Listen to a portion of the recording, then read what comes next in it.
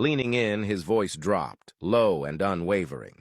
He told her that he was a man who always knew what he wanted, and if he liked a woman, he would give his all to make her his.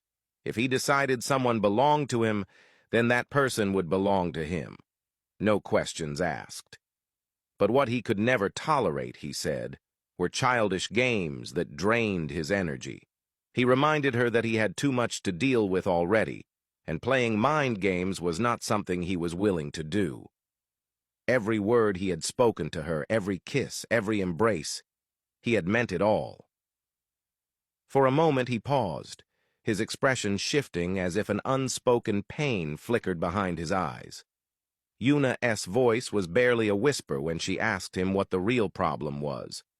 Woo-bin told her bluntly that he was afraid she could no longer belong to him, so he was freeing her. With that, he slowly loosened his hold and turned away, ready to bury himself in work again.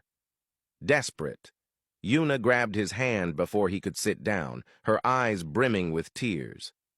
She told him that she still wanted to belong to him, that she didn't want to be free of him, that it was just his coldness that frustrated her and made her lash out. Woo-bin turned to face her fully, his eyes softening just enough to show a glimpse of the man she loved. He told her that the fact he made her feel that way was exactly why he was letting her go.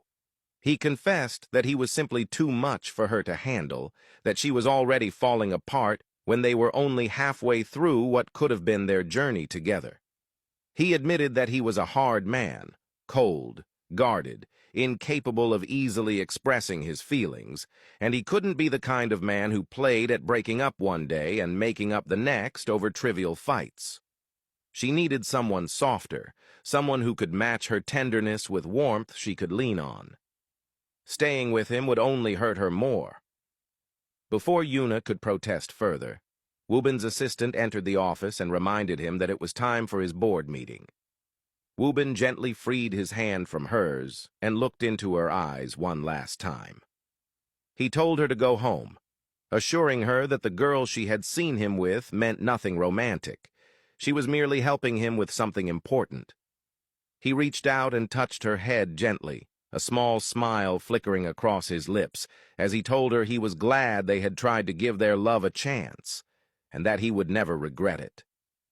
With that, he turned and walked out with his assistant, leaving Yuna standing there alone in the quiet office.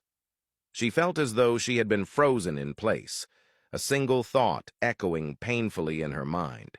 She had pushed away the man she loved without even realizing it, until it was too late to pull him back. The news about Kim's father's death was spreading like wildfire. Some people pitied him for losing his daughter and taking his own life out of a broken heart, while others blamed him for treating his daughter so poorly that it drove him to such a tragic end. Far away from all the noise, Kim's father sat alone in his secluded out-of-town house, watching reports of his own fake death on television.